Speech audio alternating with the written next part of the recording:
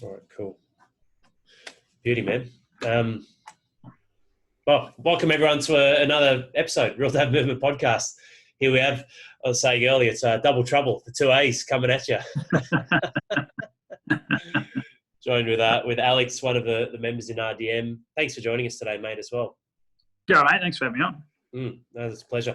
Alex is one of our country dads, one of our rural dads. He's a legend of a bloke. And look, we'll dive into your story, mate, and share a bit about, obviously, your journey with us so far to date. But this show is about connecting, and that's what this is about, guys, connecting with real fathers, real men out there, and really sharing where they're at, where they've come from, and what they're currently doing, and in the level of inspiring and drawing different perspectives, different ideas, different methods and ways to break through and break free from a lot of the shit we can all face in life, because that's what it seems to be a lot of the time as fathers. But it's how we see it and what we do that ultimately changes our future. So, Alex, before we dive into that sort of stuff, though, mate, let's share a bit of your background, your history, your story, where you grew up, mate, where you're from, and we can go from there.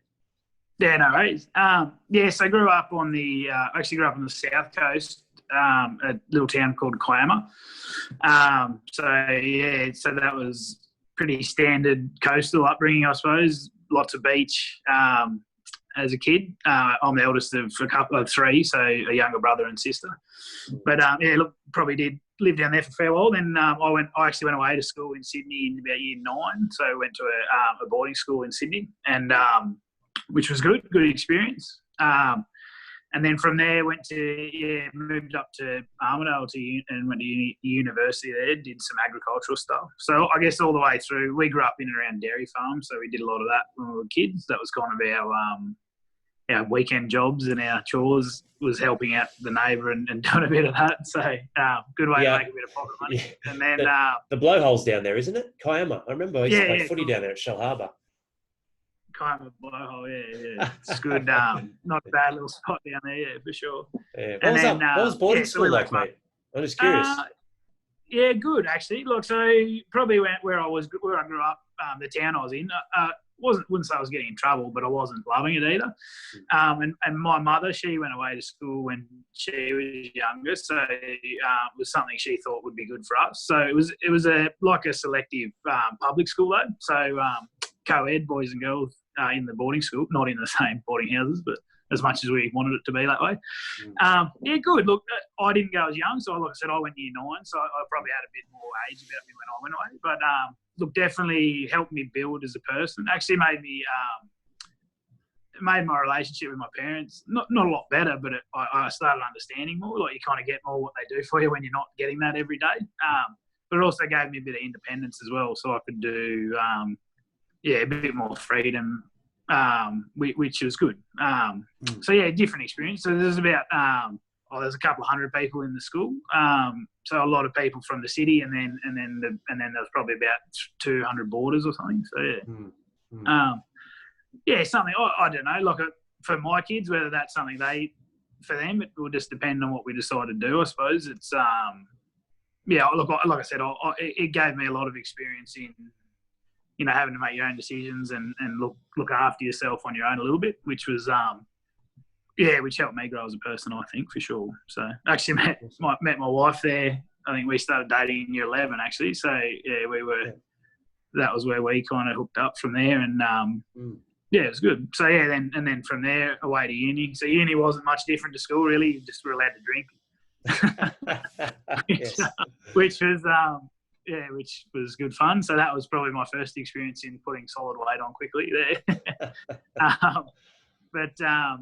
And then moved to Queensland. So ended up in a town called Dalby, and lived there for a good 8 to 10 years or something, working up there.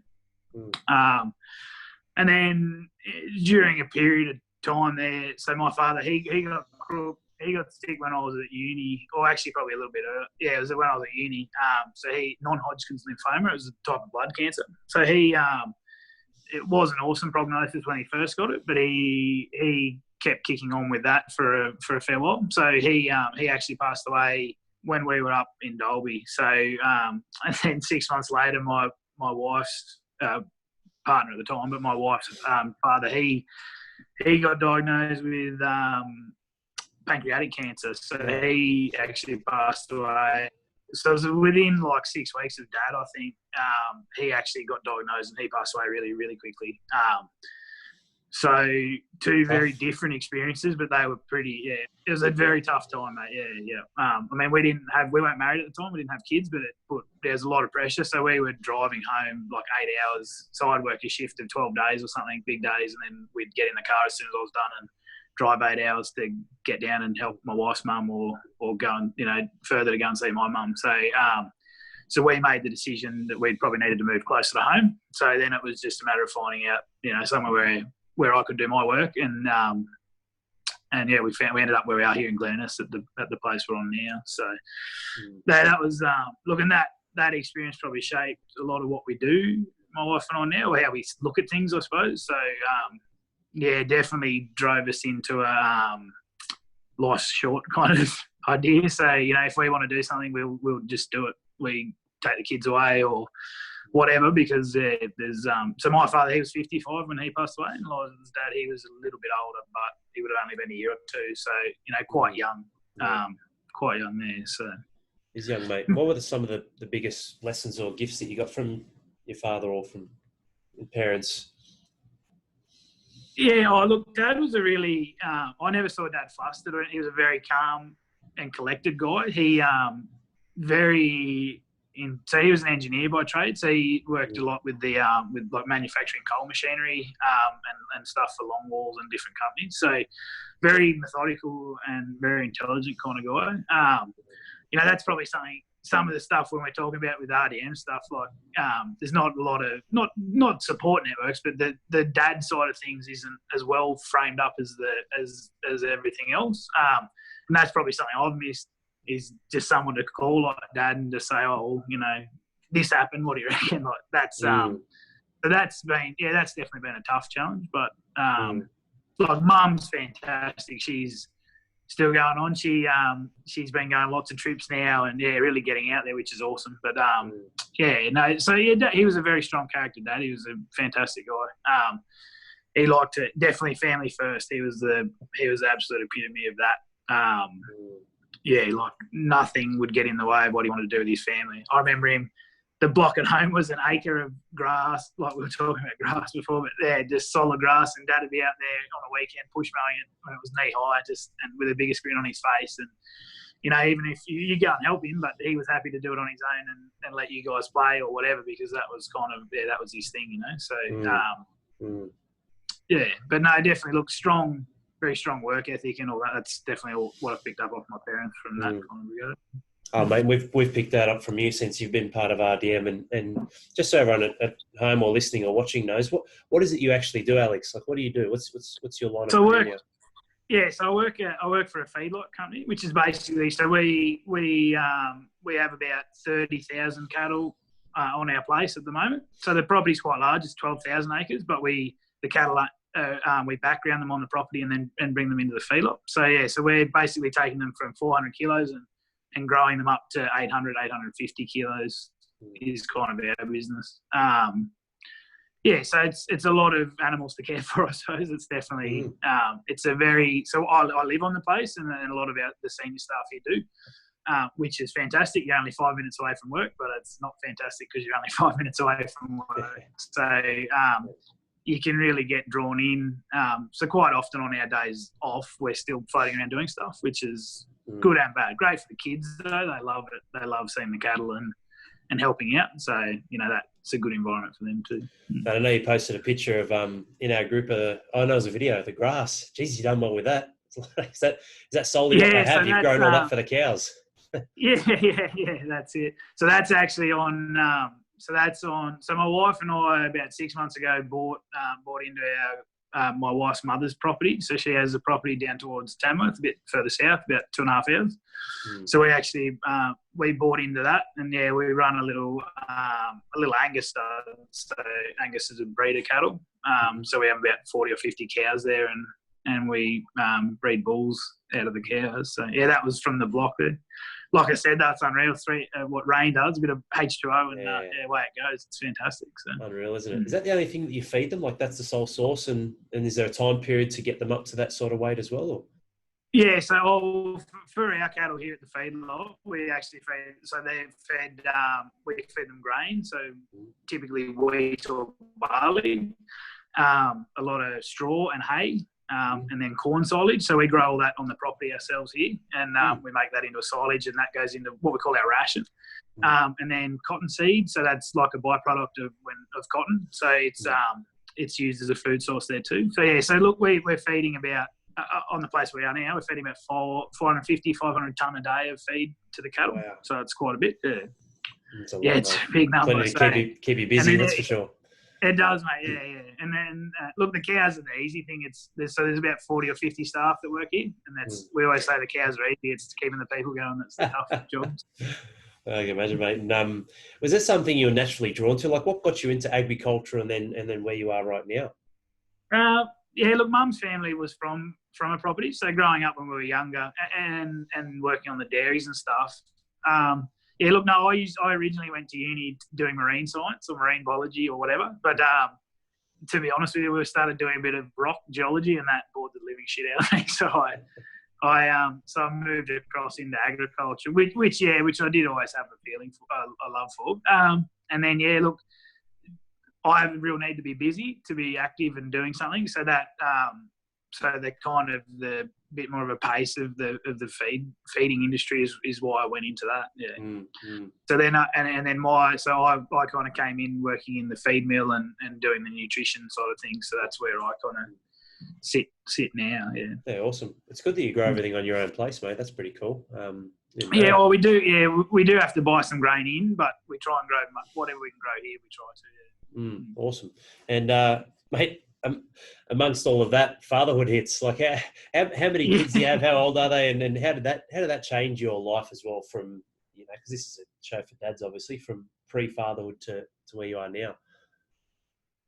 Yeah, so about a year after we moved back down here, after the kind of the dad thing, we got married, and a year later, our first Polly, she came along. So she's just turning 7 in April now. And then my youngest son, so I've got 2. So Angus, he's just turned 5 in very recently. So that's the 2, Polly and Gus. And that's you're a game man going back for 3. I don't think I got it in me, to be honest with you. So. Oh, mate, unreal. Seems like the numbers are balanced then. Mum and dad can look after one each, right? Yeah. We divide and conquer. That's our yes. Yeah, no, so they were, look, that Polly was a very colicky baby. So she was real tough in the first 6 to 12 months. Liza especially did it really tough. So there was, she'd have a tough run all day, and I'd get home late in the afternoon and Polly would be mine for a few hours while Mum downloaded, which was, it was good. So she came out of that eventually. But, we battled a little bit with that. Angus didn't really have it as bad. He was a bit more settled. But, fantastic. Like, the kids are great, mate. They test you. It can be the toughest thing you do in the day, but they're also the best thing that you do in the day, I think. So, so they've, and they're definitely, like, they're the driver behind what I think what you guys do as well. But for what I want to do is just be fitter and healthier for them and give them a better life, and show them a better way, I suppose. Like, it's easy to eat junk food and show them how to do that, but that doesn't help them going forward. So. Yeah, it's couldn't agree more, mate, with that. It's like they are the hardest thing, but geez, they're the most rewarding as well. And I think what you said then as well, that driver, it really drives me. I feel like since I've had Lillian, so we've got 2 at the moment. Mate, I'm doing way more than before I even had kids with less sleep. It's so funny, isn't it? It's you're more invested in life, mate, so to speak. And that's right. It is special, although it can be tough. Stella she was bad with the colic, and I forgot about that actually. It's funny how you forget things, eh? It's that traumatic at the time. So many variables, mate. Sure. But, it was, God, it used to be a tough night with that. Yeah, but like you said, you do forget it after a while. We were only getting reminded of it the other day. It was always funny because a lot of our friends were having kids at the same time, and they'd have little couple of month old babies that they'd just be able to put in bed and walk away, and we're standing there all night bloody rocking Polly to sleep. So got pretty good at the one arm rock with the bum pat to get all the burps up. So yes, yeah, absolutely. Oh, mate. Saved on doing curls anyway. So yeah, that's right. Get the biceps going. Yeah. Yeah, tough, isn't it? We had the order of Stella being a nightmare and Lillian being reasonably good. She's still got some issues. She had to have grommets and adenoids out. But, we've got friends who've had it the other way. They've had an absolute dream. They've gone, parenthood's not that hard. This is easy. Yeah, They're sleeping after 8 weeks and all this sort of shit. And then they have a second one and life hits. yeah, that's it. And that's what terrified us with the third. We get another one. We're like, yeah, that'd be great. That's just what we need. yeah, that's it. But, mate, what happened? Because obviously you reached out to RDM. So what happened once you started having kids? Was there a bit of a slip or a shift, I guess, in I don't know, like prioritising for yourself? Or share us a bit through that, which ultimately led to, I guess, you reaching out to us. Yeah, probably. I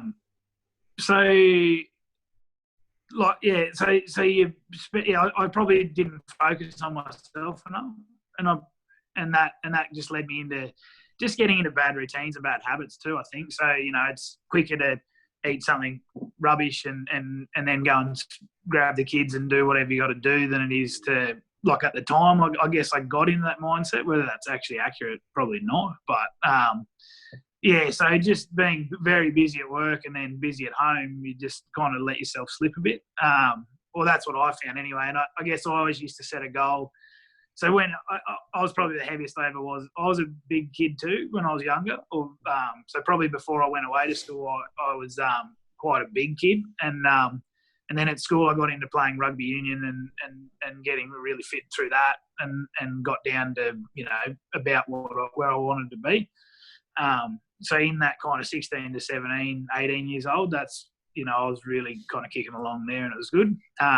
Then uni hit and I probably had too good a time and drank too many beers and put on a bit of weight at uni. And I lost that straight away when I went out working and got into physical work again. So once you're a bit soft at uni, once you get back out into the real world, that sorts you out.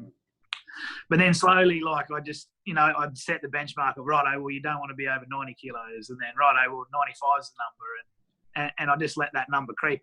And I guess up until the point of when I called you, I was starting to push 100 and that I just kept wondering where does it end. So, next year is at 105 and you just start building and building. So that I didn't want to get into that routine and I wouldn't have said I was super unfit. I still was quite active and stuff, but I could just feel it. I didn't like how I was. It wasn't, especially in my head. I didn't like where I was at. I didn't like carrying the weight. It wasn't something that I enjoyed doing. I think I said to you when I first called up, look, my wife and I did stuff. So when we were in Queensland, we did a boot camp and that was fantastic. So like people to compete against and that really helps drive me too, is having people to kind of sign up to something, get some paperwork and that's it. And that's what you do and you go and do it. But then you're only accountable to yourself. And if you find yourself letting yourself down and you're okay with that, well, then you just end up back where you started. So, so the boot camp stuff was great. We did like another program, which worked, and I dropped a fair bit of weight, or 10 or something kilos when I did that, and felt good, and that was fantastic. But again, just without that follow up and continuation, I just slipped back into where I was. So I guess I don't know what triggered some of your stuff to start popping up in things I was looking at, but I started seeing the RDM thing, and I guess sat back and watched it for a while and thought, I don't know if that's for me. But then after all, like I said, it's just, seeing that continual climbing of the weight and thinking, well, I actually sat down and had a bit of a look at myself and said, well, where are you going to stop? Like, what are you going to get to where you're not healthy? And my father was a really fit man, as was my father-in-law. So, and that still happened to them. So that's not to say that was anything to do, but I need to be as healthy as I can to try and get better. Like, I want to be older than 55. That's my goal. So, I needed to put myself in the best position that I could do for that. So, of course, mate. So that probably led to me reaching out to you, from there. So. No, it's just kept chipping away at you, mate, with my little ads. Yeah. Like I said, I don't know what I was looking at that made that pop up. But anyway, that's the beauty of it, I suppose. You can go looking for different things. You got to find the right thing that fits for you, I suppose. I just set up my ads on Facebook to find every father in the country called Alex, and that was it. Yeah, that's it. Yeah. chipping away one Alex at a time. That's right. Wow. Alex, redheads and fathers. That's what we need. No, just kidding. Well, I get the red beard going, so so we're kicking on. Yeah, for sure. That's it. But awesome, mate, and good on you. Like it takes a lot of balls and courage, mate, to reach out. You know, to put your hand up. You know, it's no secret. I share with you and all the guys in the group. I get anywhere from 1,500 to 3,000 dads a week reach out, and from that becomes a process where they go through and show little lines of commitment, and I end up having 10 to 15 conversations a week. It's pretty crazy, isn't it? Not that I'm a hard ass, but I'm not looking to have 150 conversations with guys who aren't committed either. But scary stats, man. Scary stats. Yeah, it's reach out for a reason. Yeah, it's a big dropout. But that was probably something when I was talking to you that drew me more to it was, and I think you said it before, it's not just anyone can sign up. So it's something that they're people with a goal and a drive that want to get somewhere. And yeah, like everyone has rough periods. I have. Like this will be a challenge for me the next little bit. But it's that common goal and drive really makes it the group what it is. Anyway, I think for sure. So yeah, I agree, mate. That's the thing. It's not like I've tried. You can't save people. I've tried, mate, and I ended up falling apart myself. The man's got to be willing to get into it and do the work. I mean, mate, I'd love to come out and check out your farm, but I'm not coming to your house cooking your meals for you, am I? So it's but mate, how have you found it so far? Like, what results have you gotten? But more importantly, off the back of the results, the feelings and the changes in your life so far. Yeah, I think the key thing you said to me, well, there's a couple of things, but one that rang through was, look, if you take care of the actions, the results will follow. So don't worry about don't worry about it. You just do what we say. Like, we just do it and get in and do the work and do your exercises and do the eating and all that. And that's really, I've seen that. Like, that makes sense to me. It clicks with me. Look, I dropped about 17 kilos, I think, to start. And I think I've put about a kilo back on lately, but my measurements haven't gone crazily up. So I think it's just my body changing around a bit. So like, no, I haven't added weight. I haven't added waist measurements or anything back on. So yeah, look, I'm probably sitting around 15 or 16 kilos off. So I'm about 85, 86, something like that. That's standing, man. And it's funny, isn't it, how it changes? Like you're in line with a lot of dads who are making these progressions where now it's almost like, not when I say body recomp, I'm not talking about going on stage, but we're talking about the gym, the home gym, weights, and really starting to sharpen up instead of people just thinking, oh, you just drop a ton of weight and that's it. Like a lot of, products or templates of programs where, here you go, just do this, drop a heap load of weight, you probably put it back on anyway. Now with you, it's like, oh, well, this is your standard now. This is what I need to do to maintain that. Now what can we do? It's awesome, mate. It's actually really inspiring. And what you share with the other dads too, and you see the others getting involved as well. Yeah, well, I think, and I think it's not the weight. It's not really the weight for me now. And it wasn't as you said, like, we'll get there. You just got to do the work. So it was it's the mindset and the information and getting that sorted. That's the important bit. Like, so it's easy. Like, it's not easy, but you can drop weight. Like, you can stop eating for a week and drop weight. But like you said, you then put it back on because you just go back doing the same stuff you were doing before, and that's where you get stuck. So it's trying to change. It's getting that information, then changing that mindset and putting the right stuff into your body and into your mind to get that result. That's I guess for me, that's where I see the journey going for a bit further, or going forward now. Look, I always said I wanted to be under 90 and I'd be happy, but now I kind of want to get down to 80 if I can. I think I've got some more improvements to make. So it's good to not set a solid bar on weight. So I've tried. A lot of the guys have said too, I try not to weigh myself that often, if just to keep away from the scales. It's more about how I feel. So even now I've put a kilo or so back on, I'm getting more comments about looking better than I did when I was a bit lighter, when I was lighter a little bit before. So it's, you can get stuck looking at the scales every day, but that doesn't, it's more just getting your head right and then putting the right stuff in. And like you said, the results will follow if you do the actions. So. Yeah, it is a trap, isn't it? And it's a funny thing because it's almost the dichotomy of your vision or your progress or your goals. There's one side and looking at the result. That's like what I say in our group, like our true north. All right, cool. That'd be nice, but it's a moving target. Like you said, it's already changed for you. But so that's a good thing we used to reflect, but this is the bulk of where our life is spent, which what you said, like the habits, the routines, the actions. But I'm curious, like just to get your feedback, because I can always talk about it quite easily and comfortably, but like what we've set up for you with your training and nutrition, I guess the entire process, like, are we Nazis, cheerleaders? Like, is this something that would, cracking the whip? Does it seem that extreme in what we're doing with you, mate? Or it's something that's dialed in for you in your life? Oh no, proper. No, not really at all, mate. Yeah, no, look, it's dialed into what you do. So I think it's a great, yeah. So look, all the help with you, like you'll give us a nutrition plan and say, look, this is what you should target for your body. But it's changing too. So again, it's not something that you just print out on a piece of paper or email to us and then say, there you go, see you later.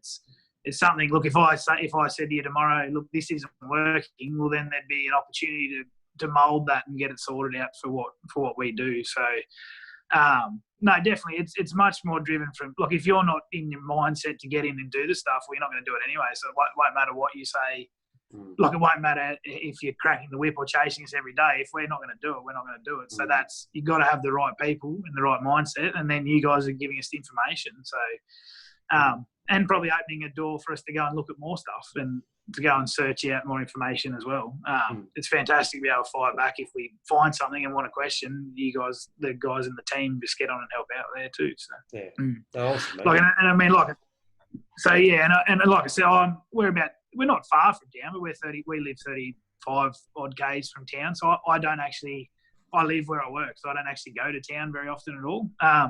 So my workout stuff's all done at home with body weights and maybe a little bit of free weights. But so that's tailored to help. That helps me get done what I need to do. Like I don't go to the gym, but I can still lose the weight. And with the information on the nutrition and eating right and getting active, that all works. So. But yeah, awesome, if it was a one-size-fits-all thing, it probably wouldn't fit me out here where I am. So. No, definitely not. And that's one of the blessings that I have with, I mean, I hate calling it online coaching.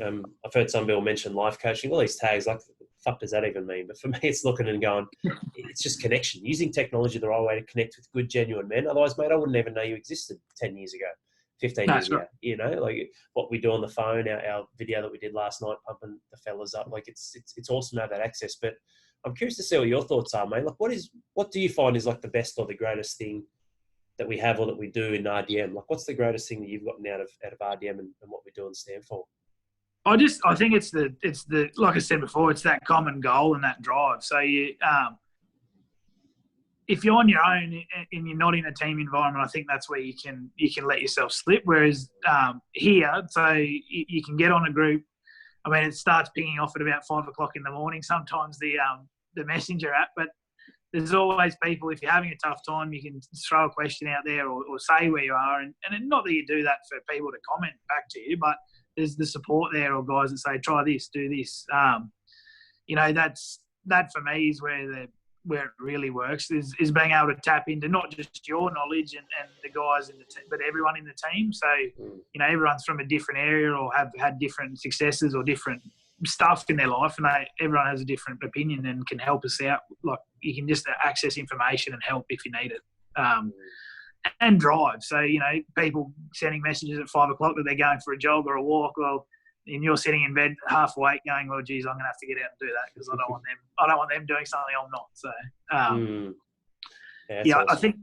I think that really is, for me, like, it's getting that information, like we all tailor a bit of a action plan and what you need to do, and then just getting to work and doing it. And you guys, we touch base weekly.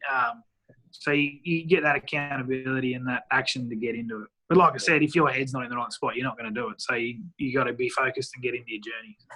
Yeah, and that's appreciate that feedback. Like, the environment's huge, isn't it? It's something that I really pride myself and us on. And it's not that I'm a hard ass or this is a super selective group and we're better than everyone else. It's just a process of going, well, everything you just said, you can get that on paper with there'd probably be over 100 different men's support groups and social support groups with 2,000 or 5,000 or fucking 10,000 blokes, but the quality, it's not there, man. Like you said, the drive, the quality of the follow through in the support, the accountability, the processes and the team and the information, because there's so much out there, but how can we dial this into you and what you need now? Mate, it's something I'm really proud of. And that's not me, that's you. Like, I might be the one who helps obviously coordinate, initiate that, but it's awesome, mate. It's something I love seeing you and the other fellas. and the dad thing too, I suppose. Like, so all those other groups, like you said, but they're not like this is like, so you get that commonality, and everyone has had that experience. So like I say to you something about colic, and you're like, yeah, I've been there. I know, like, you know, I guess work and home life. Then everyone has a kind of idea of, you know, the things that you're trying to achieve or work around and all that stuff. So that really helps. Yeah, really good that way for sure. Yeah. Massively, mate. What's on track for the rest of the year, mate? Talk to me. Where are we going from? We're just in March now. Where are we going moving forward? Yeah, look, it's pretty big. So we're getting work's getting quite busy now. So we just I've got to make sure I dial in. Like I said, yeah, I'd like to drop a little bit more and then kind of get a bit more toned up. So working that's kind of a workout for me. You know, we'll be quite busy going home because we took over this property. We've got a lot of work to do there too. So, you know, digging into that. That's been something on this journey that's been quite interesting, I suppose. So my job's to feed cattle and work that out. And I guess when you start thinking about your own nutrition, I should have probably twigged earlier, but, you know, when we're feeding cattle, we're feeding the microbes in the room and the bugs in the room, and that's what you're feeding to get so they get energy for the cattle. And it's, you know, it's probably not something that I've thought of heaps before, but I've been doing a lot more reading, you know, about human, like say your own gut microbes and that helping your health. And so looking into a bit more information around that, for my mind is something I want to do a little bit going forward. Yeah. Massively. They control our emotions, mate, you know, all the bacteria inside of us. That's it. So crazy. But I should have twigged that earlier. But that's something I wanted to look a bit more into, and then, you know, and start working on a bit. There's some kind of interesting stuff in the, and it deviates a bit, but with the farming stuff at the moment, it's looking at what they call regenerative agriculture. So there's some cool stuff there that I wanted to look at, and it all ties back in. So, I mean, I think you talk about it when you talk about the kind of nutrition you eat. There's a lot of guys starting to talk about that in the farming style. So eating, you know, feeding animals the certain things so that then what you get out of them, whether it's eggs or milk or meat, is then nutrient dense. So they're getting a wide variety of diets. So then you get a wide variety of diet. So that's, you know, that's kind of stuff I wanted to work back onto our farm a bit. And, you know, and yeah, that's something I want to work on in the next little bit anyway, for sure. So. Unreal.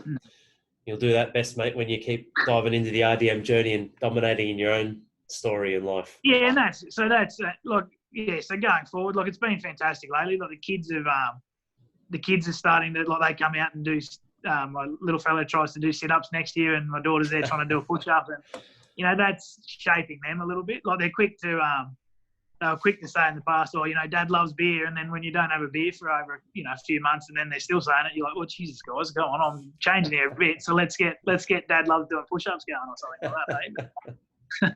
Absolutely. But yeah, unreal. No, they're they pick it up, don't they? Right away. They pick it up though when you're exercising. That's going to be their norm. Yeah. Yeah, and that's right, and that's fantastic. And even like my wife, she's lost a little bit of weight too, just from a flow on of me changing a bit. So she comes along with me, which has been really good too. So for her, she's stoked about it. So yeah, look, it's getting that. Yeah, it's interesting what your environment does. So. Even I think I said to a few of the guys start on, like, when you go out and have a night out with some mates now, if you used to be a guy that drank a heap of beer and now you don't drink much at all or any, you know, you can see a bit of a change in your group too. They start thinking, well, yeah, that doesn't have to be the normal. We can be a bit different to that. So it's definitely been an interesting journey. Yeah.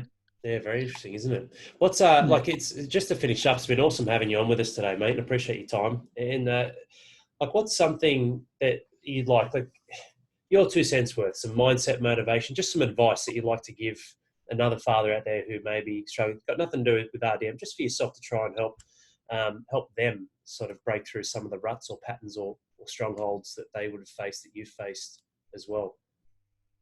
Yeah, it's what have you got to lose, really? Like, I suppose that's where I got to. Like, you can not take action and do nothing, and that won't improve your outcome. So if you want to get to the outcome you want, well, you know, just taking that first step and looking at yourself.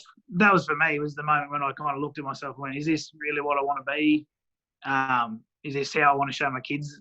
Do you want to have more energy for them? So, if you start answering those questions honestly with yourself, it's easy to say, oh, no, it doesn't matter, and not tell the truth to yourself. But you got to be honest and say, look, and that's where I got to. Look, I want to change. I want to be a bit different. So, and then go and find the resources to help you do that. And I think I said to you, it's got to happen. You got to do it. I had to do it. I couldn't keep doing what I was doing. It wouldn't have been a great outcome for me or my family. So, if you're worried about it or just getting that support network and that group to really kick you on and keep you going is fantastic. So. Yeah, it's amazing, mate. Like it's, if you don't take action, you won't change your outcome. It's so simple and true, isn't it? And then when it comes to honesty, in what you said just then, as well as fatherhood, we're invested in more than ourselves now, aren't we? And that's the thing. It's not a burden; it's an opportunity with our children, because that's what lives on, isn't it? Right? I mean, that's the goal, for our children to live on, obviously longer than we are. And what a blessing, mate! And credit to you for having that outlook as well. Well, it's just a non-negotiable for me. It's just you got to be around for them. It's not, like I said, I'd love to ring my dad and have a chat with him now. So I'd hate for them to not be able to do that. So that's something for me that I just got to get in and get it done. And I haven't been perfect at it. And I think one analogy that you had was the spiraling up thing. So even if I have a rough week or a fortnight now, it's still better. I'm still lighter and happier and healthier than when I started this journey. So I'll just keep chipping away and keep working at that. So it's okay to have a tough day or week or whatever, but as long as you just keep that goal and keep moving on, moving upwards, that's where it's at. So absolutely, man. No, you're a legend now. Thanks for joining us today. Really appreciate your time. All right, mate. Thanks for having a chat. The Owls will conquer the world, eh? Yeah, we will, mate. Yeah, you're absolutely a legend. One of many of the country and rural dads who have an RDM, which is great. I love it. I think it's awesome having a group of dads who may not be close to big cities or access that sort of stuff, like you said, but we find a way, mate, which is phenomenal. It's something that I love seeing. And thanks again for jumping on today, mate. And look, I hope you guys appreciated the show, and we appreciate obviously you listening or watching and getting some golden nuggets, some great things in there, which Al shared some amazing truths and insights into his story and what's possible for all of us moving forward. So obviously, if you ever have any questions, reach out, alex@realdadmovement.com.au, or jump on different podcast platforms we have. We've got 6 as well as our YouTube channel, and we'll see you on the next show. Thanks again, Al. Thanks, Al. See you, mate. Cheers. See you guys.